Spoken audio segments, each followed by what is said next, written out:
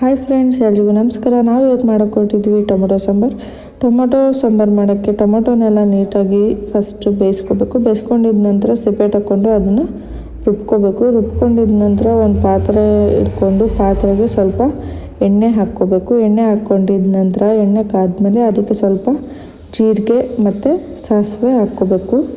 ಜೀರಿಗೆ ಸಾಸಿವೆ ಎರಡು ಸ್ವಲ್ಪ ಸಿಡಿದ ನಂತರ ಅದಕ್ಕೆ ನಾವು ಈರುಳ್ಳಿ ಹಾಕ್ಕೋಬೇಕು. ಈರುಳ್ಳಿ ಹಾಕ್ಕೊಂಡು ಚೆನ್ನಾಗಿ ಫ್ರೈ ಮಾಡ್ಕೊಳ್ಳಿ. ನೆಕ್ಸ್ಟು ಅದಕ್ಕೆ ನಾವು ಸ್ವಲ್ಪ ಬೆಳ್ಳುಳ್ಳಿ ಹಾಕ್ಕೋಬೇಕು. ಬೆಳ್ಳುಳ್ಳಿ ಹಾಕ್ಕೊಂಡ ನಂತರ ಅದು ಸ್ವಲ್ಪ ಚೆನ್ನಾಗಿ ಫ್ರೈ ಆದ ತಕ್ಷಣ ನಾವು ಟೊಮೊಟೊ ರುಬ್ಬಿಟ್ಟಿರೋದು ಹಾಕಿ ಅದನ್ನು ಹಾಕಿದ ನಂತರ ಅದಕ್ಕೆ ಸ್ವಲ್ಪ ಜೀರಿಗೆ ಪುಡಿ, ಗರಂ ಮಸಾಲ ಮತ್ತು ಒಂದು ಸ್ಪೂನು ಪೆಪ್ಪರ್ ಪೌಡ್ರು, ಒಂದು ಸ್ವಲ್ಪ ಅರಿಶಿನ ಪುಡಿ, ಸ್ವಲ್ಪ ಖಾರದ ಪುಡಿ ಎಲ್ಲ ಹಾಕಿ ನೀಟಾಗಿ ಸ್ವಲ್ಪ ಗೂರಾಡ್ಕೊಳ್ಳಿ.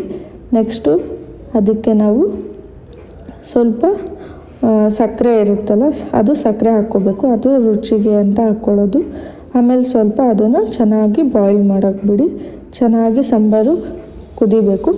ಕುದ್ರೇ ಟೇಸ್ಟ್. ಸೊ ಇದಾಗಿತ್ತು ಇವತ್ತಿನ ಟೊಮೊಟೊ ಸಾಂಬಾರು. ನಿಮಗೆಲ್ಲ ಇಷ್ಟ ಆಗಿದ್ರೆ ಮಾಡ್ಕೊಳ್ಳಿ, ತಿನ್ಕೊಳ್ಳಿ. ಹಾಗೆ ನನ್ನ ಫಾಲೋ ಮಾಡಿ, ಅದು ಮರಿಬೇಡಿ. Thank you so much.